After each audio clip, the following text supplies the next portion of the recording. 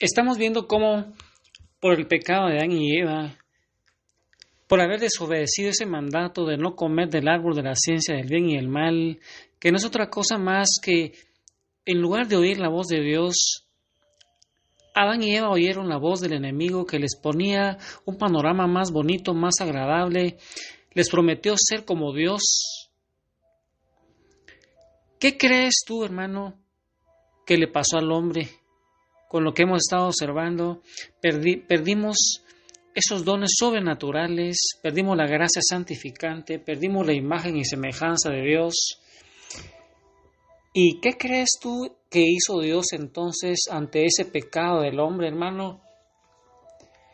Ahí en el capítulo 3, versículo 15, hay una promesa que el Padre nos hizo a nosotros los hombres.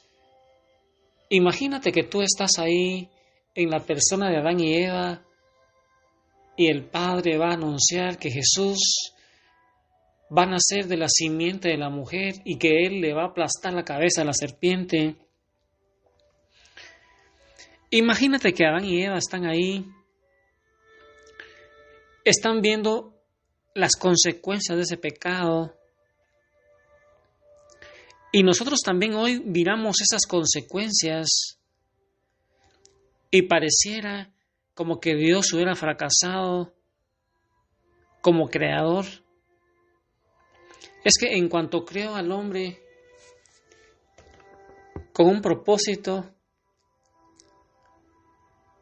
pero el ser humano al utilizar su libertad en el sentido equivocado, este propósito de Dios se vio frustrado por el pecado y la caída consiguiente del hombre de ese estado de justicia original que hemos visto, hermano, con el cual fuimos formados. Y entramos entonces en el dominio del dolor, en el dominio del sufrimiento, en el dominio de la muerte. Eso no era el plan de Dios. Algunas corrientes filosóficas, una de ellas llamada deísmo, sostienen este abandono del hombre por Dios después de la creación, pero la realidad que nos presenta la palabra de Dios es distinta, ya que la palabra nos dice que Dios no abandonó al hombre después del pecado original, pero lo más extraordinario es que Dios intervendrá constantemente en la historia del hombre para lograr encaminarlo, siempre respetando la libertad con la que creó al hombre, al cumplimiento de su propósito eterno, hermano. Es a través de toda la revelación, a través de toda la palabra, que vamos conociendo esa historia de la salvación. Y entonces es importante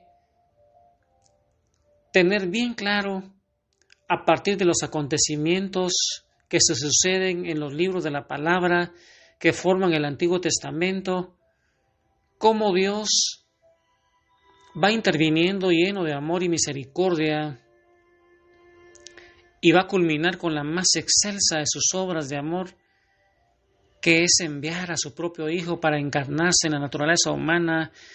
Lo va a decir después San Juan 3:16, que tanto amó Dios al mundo que envió a su Hijo único, para que todo el que crea en Él no se pierda, sino que tenga vida eterna.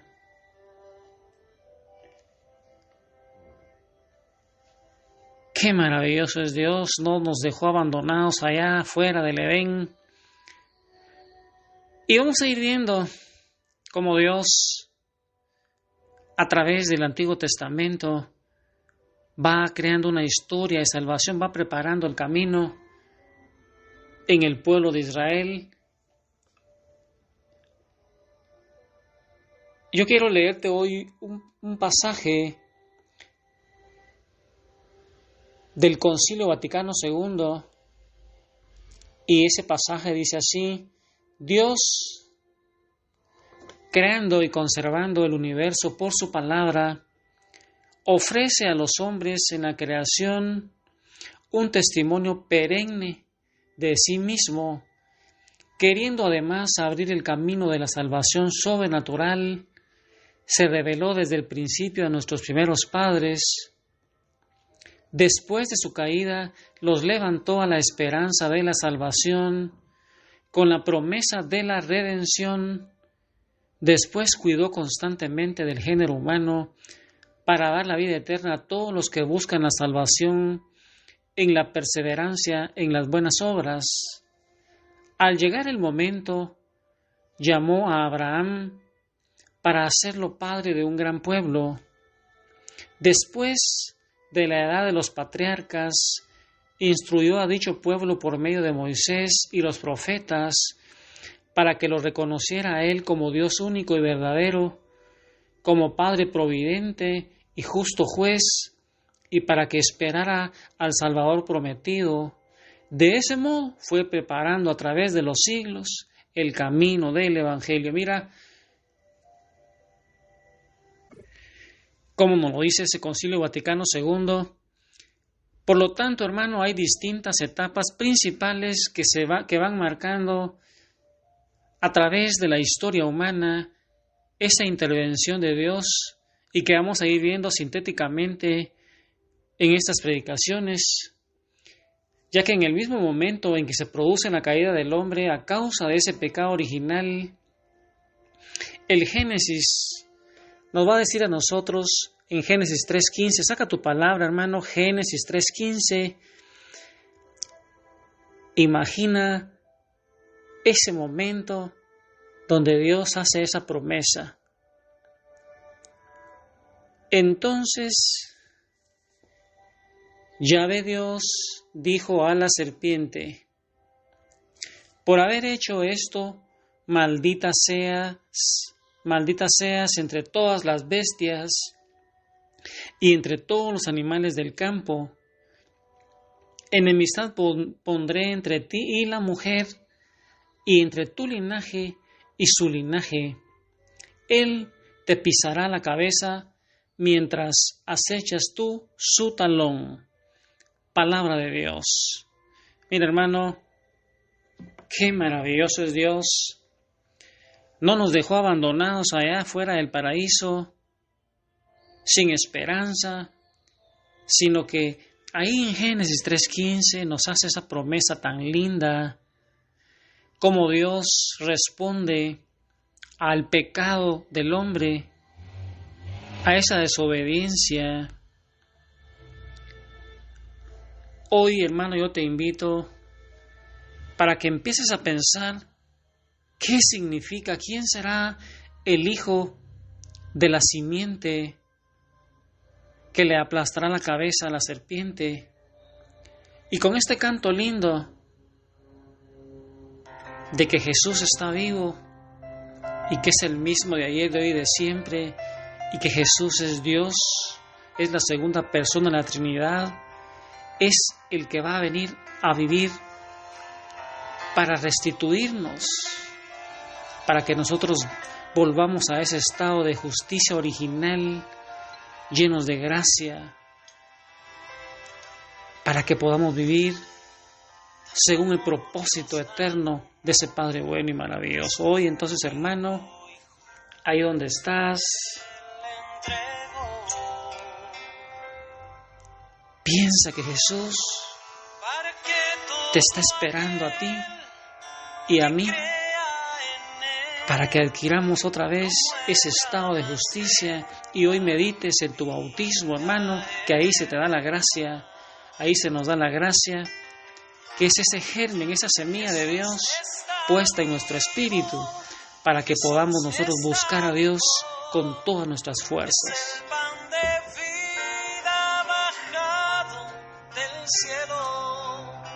Jesús está vivo, Jesús está vivo, su sangre me sana y sacia mi alma. Está vivo, está presente, mi Dios es real y yo le adoro reverente.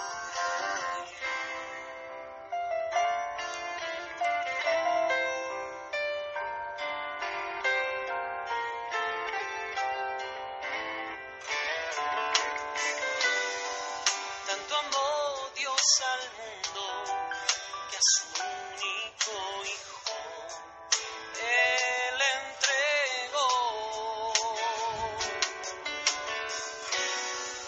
para que todo aquel que crea en Él no muera, mas tenga vida eterna.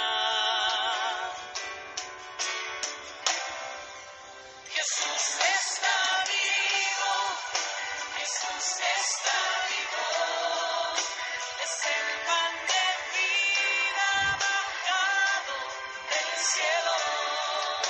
Jesús está vivo, Jesús está vivo, su sangre me sana y sacia mi alma. Está vivo, está presente, mi Dios es real, yo le adoro.